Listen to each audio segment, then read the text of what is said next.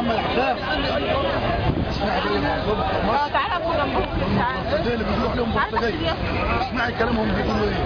عبد الناصر الجبسي مواطن بسيط، تعبت في البلد دي بسبب الكاف والرهن. والكاف والرهن، الكاف بمعنى كوسه والرهن رشوه. ما كناش نتوقع ابدا ان مين يطلع اللي حاكمنا واللي هو بيتسأل امام ربنا علينا، تمام، انه يطلع بالمصائب والكوارث دي كلهم كالاتي. للبيع بالمزاد العالمي او بضاعه اللي هو انا واسرتي،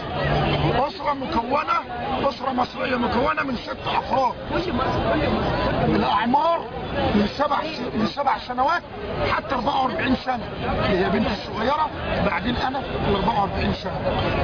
الاستخدام بناء كل حاجه. لو عايزين عبيد هنبقى عبيد ليهم، بس لما نبقى عبيد لحد غير المصريين هتبقى افضل ليا، تمام، لان هيعاملني كبني ادم، مش هيعاملني كعبد زي اخويا المصري ما بيعاملني، او اللي قائم عليا عاملني وبهدلني وجرحني في كل الشهداء اللي ماتوا والمصابين اللي راحوا.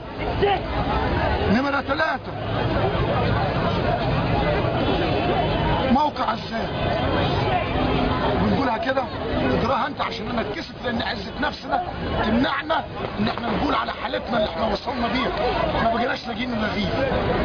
الخبير المسمى اي دولة، والمقصود من كلمة اي دولة اولاد العام، واللي هو هيحدد الثمن وكده والكلام ده كله، فهو سيادة النائب العام والمجلس الاعلى العسكري والاخرين مكانين. وبيقول في الاخر افهم، يفهمها زي ما عايز يفهمها. يعني فاكره ولاد انا ما وديتهمش المدارس، عندي بنت عندها 16 سنه وانا اللي علمتها، وعندي ابن عنده 12 سنه وانا اللي علمته، وده عنده 9 سنين ودي عندها 7 سنين، ما علمتهمش في عهد النظام البائد، مش عشان ما عنديش مقدره، لا، عشان ما كانش ينفع الظلم يفضل متواجد على طول. انا طلعت بكره اسرائيل، ولادي بتطلع طالعه تكره النظام كله باكمله، على راسه حسني مبارك والسيده سوزان.